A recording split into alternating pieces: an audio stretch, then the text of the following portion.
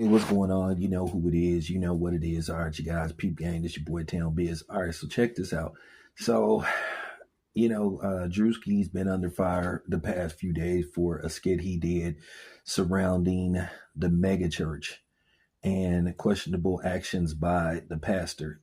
You've heard, you've seen this stuff going on for years about pastors not preaching and exercising the word they preach every Sunday.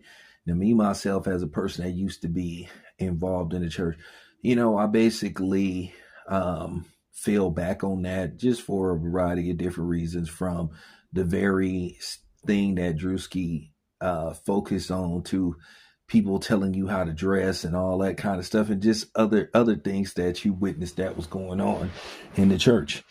And I'm gonna be honest with you, the skit was spot on. You heard about scandals with, pastors and money and messing with married women in the congregation. Don't you remember that scandal with that pastor who basically was caught by a man, basically watching him knocking down his wife? Instead of him personally apologizing to the man, he gonna apologize to the congregation. You heard about this stuff for years, and don't you remember the situation with Evander Holyfield and Creflo Dollar? So this stuff happens a lot.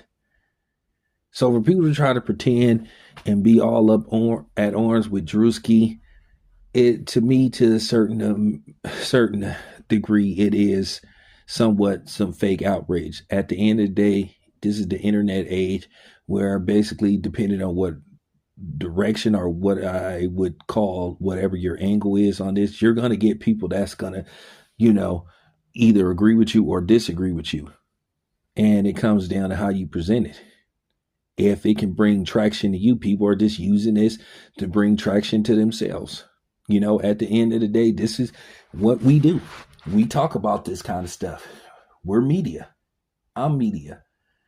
So, as a person that has the right to speak on this from personal experience, like I said, there was a church I used to go to.